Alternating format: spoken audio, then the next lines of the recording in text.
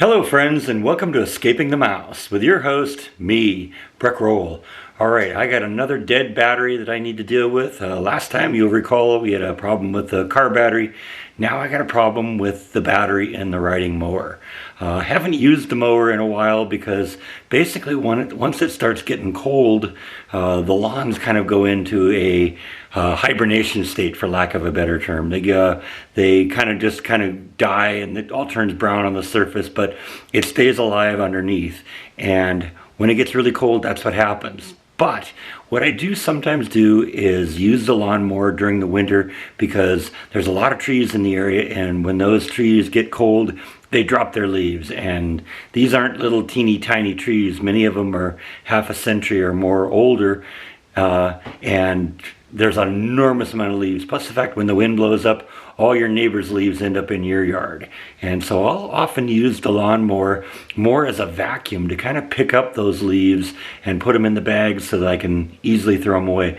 I also sometimes use the lawnmower to mulch up those leaves and turn them into some good fertile soil that will help the grass when it comes back in the spring. But I've been unable to do that because last time I tried to turn the lawnmower on, it wouldn't turn over. Now, I have a battery charger. I put the mower on the charger several times. Still couldn't get enough oomph to get the motor to turn over. So I've been kind of debating what I can do. I kind of figured it was probably a dead battery, but I didn't want to go out and spend the money on a new battery if that wasn't what the problem was. And so I started thinking, you know what, the battery in this thing is 12 volts, so is the battery in my car. I wonder if I could jump start it like I jump start a car. 12 volts is 12 volts, and theoretically, this should work. But I was a little enough concerned about it that I decided I wanted to talk to somebody about it. I ended up calling Jeff Kidd and talking to him about it, and he thought there might be an issue. I'm still not entirely certain that there is, but he was concerned that something else in the mower may be damaged if I tried to use a car battery. It shouldn't work that way. Basically, with electronics and with batteries, the amount of current is the thing you're concerned about. And the amount of current isn't based on how big the battery is, but how much of a draw there is on the item that's pulling it. There's three components in electricity. If you've ever worked in electronics, you know there's something called Ohm's law. And Ohm's law is shows the relationship between voltage, current, and resistance. And there's a very simple formula. It's voltage equals current times resistance, or current equals voltage over resistance, or resistance equals voltage over current. And I'll put that formula up on the screen right now so you can look at it. And basically that allows you to figure out, if you have two of the values, you can calculate what the third one is.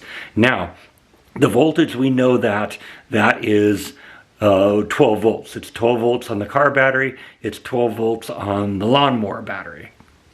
The resistance is the amount of a load between the two, and that determines what the current is.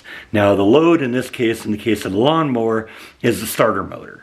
Okay, and it takes a certain amount of current to start the starter motor. And obviously, since the car motor is a larger motor than the one on the lawnmower, it takes a lot more current, which is why you have a larger battery. Now, the current itself is just based on the other 2 points, the voltage and the resistance. And since the voltage isn't changing and the resistance isn't changing, the battery should provide just the amount of current it needs to do the job and no more. So there shouldn't be a problem. But like I said, I wanted to check with Jeff first because he's kind of a whiz when it comes to motors. And like I said, he was a little concerned. But when we started digging into the problem I had and my suspicion that was a dead battery, he says, well, how long have you had this? And I said, well, this is a lawnmower I bought when I moved into the house about 2.5 years ago. And he says, yeah, that's probably what it is. The batteries in lawnmowers, that's about what their lifespan is. Additionally, when it starts getting colder like it is now, they don't have the same power as they do when they're warmed up. So the combination of a 2.5-year-old battery and cold weather just created a situation where I wasn't going to be able to use the old battery to turn the motor over. So I decided, instead of just going with my judgment and trying to jumpstart the thing in hopes I could verify that it was just the battery and nothing else, that nothing else was going wrong. I'm going to go with Jeff Kidd's recommendation, and I just went out and bought a new battery, and we're going to put that in today. All right, so this is my lawnmower. You've seen this before. You saw it when I bought it. You've seen me drive it around the yard. You even saw it when I put the bagging attachment on it a while back. The battery in this case is under the seat. So in order to test this thing, I'm going to have to actually run it with the seat up. Now, there's a little issue with that, and that is that there's a safety interlock. They don't really want you to get out of the seat while the motor is running. They want you to turn the thing off. So there's a safety mechanism. If you get up off the seat, the motor will automatically stop. So I've actually disabled that. I'm not going to show you how I did that because you really shouldn't do that if you don't know what you're doing. But I've disabled the seat interlock so that I can safely work on this thing without having to worry about having the seat down. So first thing I got to do is I got to remove the old battery. And just like with a car battery, you have two terminals, a positive and negative, and then there's like a little clip here that holds the whole thing in place. So let's go put that in. Now this is a battery I got here. It turns out I just went to the same place I got the car battery in the last video, and went in there and said, hey, you guys sell lawnmower batteries? And they said, yeah. And I said, great, I need one for my Troy-built 42-inch riding mower. And they said, doesn't really matter what it is. They're all kind of the same. So basically the thing you want to look for is this number here. Let's get it focused here, see if we can see that. Probably helps if there's a little less glare. There you go. That's the number you want to look at right there. That's what they call cold cranking amps. That's the amount of current the thing is capable of producing. In this case, it's 190 cold cranking amps. Now I'm going to compare that to the battery I have in here. And in reality, this one is a little bit, the new battery has a little bit more power because this one is 150 cold cranking amps. I had an option to do that. There was also one that went up to, I think, 250. But I said, you know what, I'm just going to go with this one, get something as close as I can to, to what's in there. And like I said, one of the things Jeff mentioned is make sure that the positive and negative terminals are on the right side, because if they flip the terminals, it's going to be harder to make the cables go to it. But you get the negative terminal here, and we got the negative terminal here, and you got a positive terminal here, positive terminal here. So this should drop right into the slot really easily, and be a fairly simple job to do. First thing I got to do is disconnect the two nuts that hold the wires to the terminals. So the terminals come off pretty easy. There's just a little bolt that holds each one of them on to the terminal itself. So I got those off out of the way. The only other thing to do now is to release this clamp, and this is the only thing that's holding the battery in place. So I'm going to disconnect that, and we'll be able to pull the old battery out.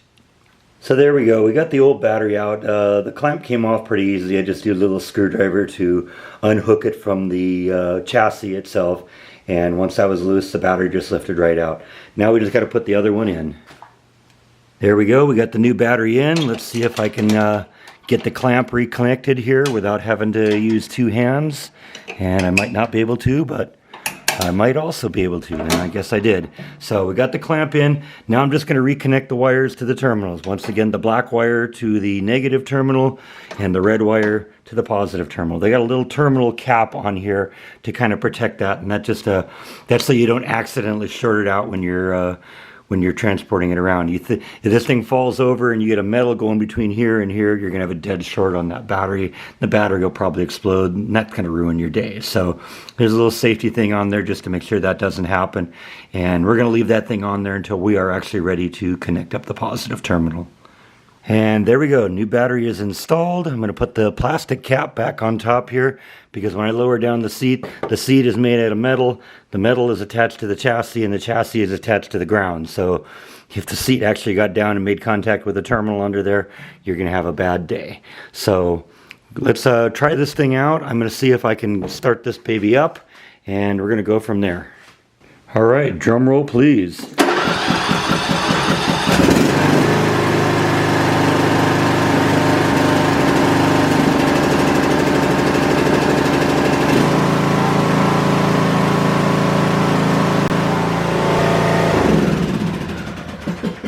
All right, so that obviously worked. Jeff Kidd was right. The battery was dead. So replacing that was fairly simple. We're back in business now. I think I'm going to probably spend a good part of the rest of the day vacuuming up the lawn, for lack of a better term.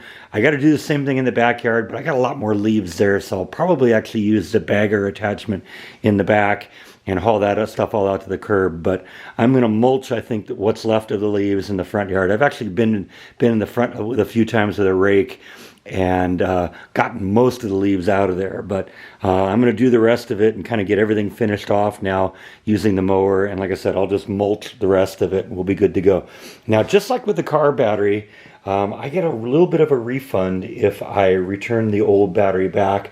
And that's a good thing, because once again, we don't want this going to the landfill. This thing's filled with acid and lead and all sorts of nasty stuff that you don't want seeping into your groundwater.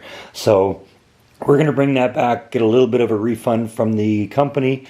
But other than that, I think we are in business. I want to thank Jeff Kidd for his help in getting this thing going.